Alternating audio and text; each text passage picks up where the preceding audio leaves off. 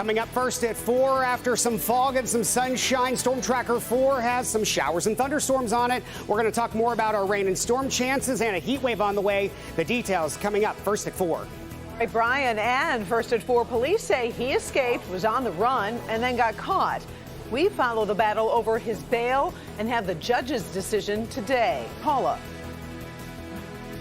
I speak to an abortion care provider who sets the scene of what it's like in Michigan right now as women flock to this state to get the medical procedure. Live from downtown Detroit, Local 4 News First at 4 starts now. And welcome to First at 4 on this Friday afternoon. I'm Karen Drew. It is hot, humid, and get ready. There is a chance of isolated storms as we head into a steamy weekend. You're going to need to keep an eye on conditions for the next few days. Meteorologist Brian Sherman is standing by to give you a peek ahead to what's coming our way. Brian. Hey there, Karen. Good afternoon, everyone. Definitely a dry day for most of us, although with daytime heating, we are looking at a few showers and thunderstorms on radar. Storm Tracker 4 has a few thunderstorms just to the east of Adrian, working down over the Ohio state line, and then one little shower just to the north of the metro between downtown Detroit and Sterling Heights, and other ones moving into Canada. We're going to keep the option open for some storms as we head throughout the evening. Most of these not moving anywhere fast after 1 to 1:30 with daytime heating, and I think we'll lose them as we head throughout the mid to late evening hours tonight. Most of southeastern Michigan into the low to mid 80s, and as we head throughout the evening, we will be slow to fall, keeping the chance of some showers and storms into the forecast, but more rain's on the way by the end of the weekend. Your full forecast coming up in just a few minutes. Karen. All right, thank you, Brian. A teenager accused of escaping from East Point police was in court this afternoon. He was pushing for a bond that might let him get out of jail while waiting for trial. 18-year-old Devonta Moore was caught during a traffic stop Thursday night. He escaped from East Point police Tuesday while being put in a transport van. His attorney told the court he's made some poor decisions but has a job and a 3-year-old child.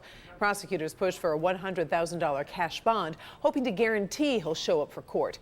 The judge sided with prosecutors. Police say Moore was not alone when he was caught. 2 women are also facing charges accused of trying to help him.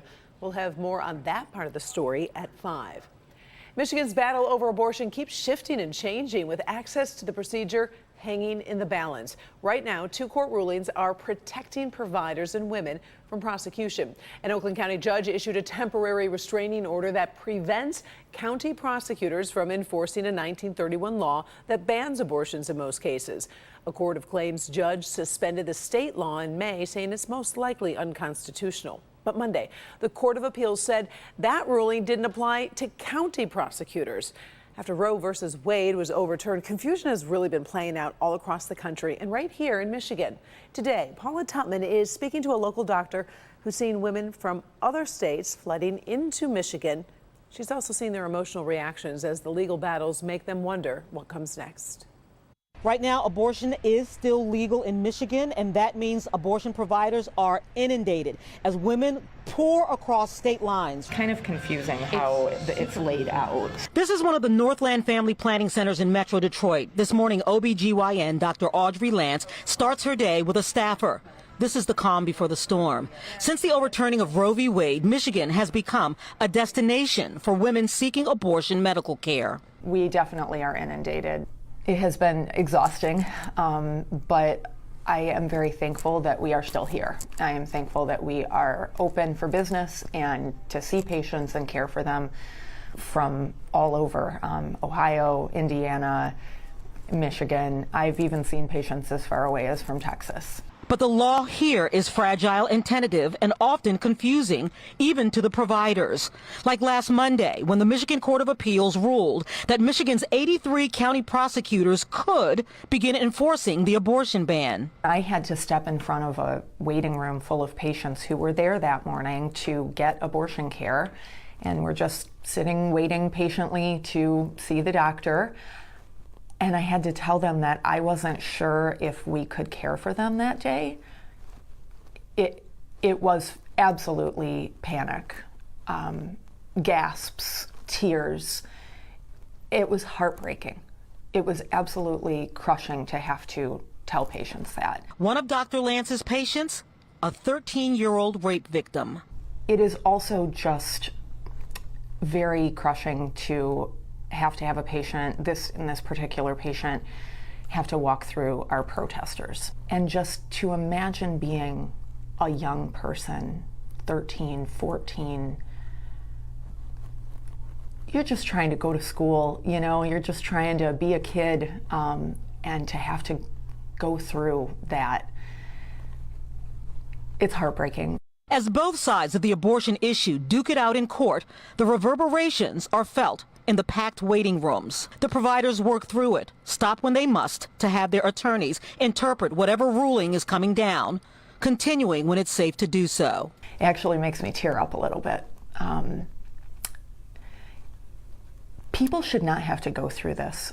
People should not have to wonder if the day that they happen to be sitting in the doctor's office, if they're going to be able to get the care they need. And that goes for all health care. And this will continue until this is settled in the state of Michigan. Paula Tutman, Local 4.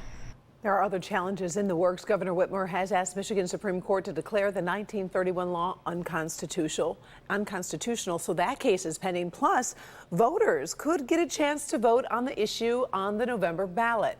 Of course, we'll keep you posted on all of this. Well, it is hard to pin down where the U.S. economy is really headed. New job numbers seem to defy anxiety about high inflation and possibly a recession. The Labor Department says employers added 528,000 jobs in July, and that's more than expected. Unemployment has fallen to 3.5%. Strong numbers like that may keep the country from falling into a recession, even though the gross domestic product has fallen 2 quarters in a row. But the numbers could also point to more interest rate hikes as the Fed tries to rein in record inflation. Right now, jurors are deliberating punitive damages in the defamation trial surrounding online host Alex Jones. They'll decide how much more money, if any, he should pay to the family of a 6-year-old who was killed in the Sandy Hook Elementary School shooting. Yesterday, the same jury ordered Jones to pay $4.1 million in compensation. Jones spent about 10 years pushing false claims the school shooting was a hoax. During the trial, Jones admitted the massacre was 100% real, and he was wrong to lie about it. Well, there seems to be a slight opening in negotiations to bring home basketball star Brittany Griner and Michigan's Paul Whelan. The U.S. and Russia have both indicated they are ready to hold talks about a possible prisoner swap. It may be a small move forward, but it seems to present an opportunity. Jason Colthorpe in the newsroom. And Jason, the news comes one day after Griner was sentenced. Exactly right, Karen, and good afternoon, everyone. Yesterday was a pretty bleak day for the WNBA star and her supporters as she was convicted on drug charges and sentenced to 9 years in a Russian prison. But we did hear negotiations for a prisoner swap wouldn't get serious until her trial was over anyway. Now it is. Well, 24 hours later, U.S. Secretary of State Antony Blinken and his Russian counterpart were both in Cambodia for a security forum. Both countries confirming talks about the futures of Griner and businessman Paul Whelan can begin now via channels established by the U.S. and Russia to handle these kinds of negotiations. The Secretary of State says Griner's sentencing has raised the focus on the plights of both Americans. It puts a spotlight on our very significant concern with Russia's legal system and the Russian government's use of wrongful detentions to advance its own agenda, using individuals as political pawns. The same goes for Paul Whelan. We put forward, as you know, a substantial proposal that Russia should engage with us on. The U.S. has already made an offer to get the 2 Americans back. It's believed to include a notorious arms dealer, but that's never been publicly confirmed. Russia is reportedly already seeking the release of another prisoner. The negotiations will be delicate and, of course, surrounded by the tensions of Russia's war in Ukraine. Karen, we'll keep you posted, obviously, as this goes forward and as we learn more. Back to you. All right. Thank you, Jason. Well, in the Middle East, Israel has unleashed a wave of airstrikes in Gaza, killing 10 people, including a 5-year-old girl. Officials say another 40 people are injured. Israel says it was targeting the Islamic Jihad group because of an imminent threat following the arrest of a senior militant in the occupied West Bank earlier this week. Late today, Palestinians have launched a barrage of rockets, pushing both sides toward another all-out war. Senate Democrats believe they have the votes to pass a big compromise on health care, clean energy, also a tax increase on big corporations. Arizona centrist Senator Kristen Sinema says she's agreed to move forward with the newly christened Inflation Reduction Act. Democrats need all 50 votes from their party to pass the bill, with Vice President Kamala Harris to break the tie. Republicans are expected to put forward a bunch of amendments. That process could last into the weekend or beyond.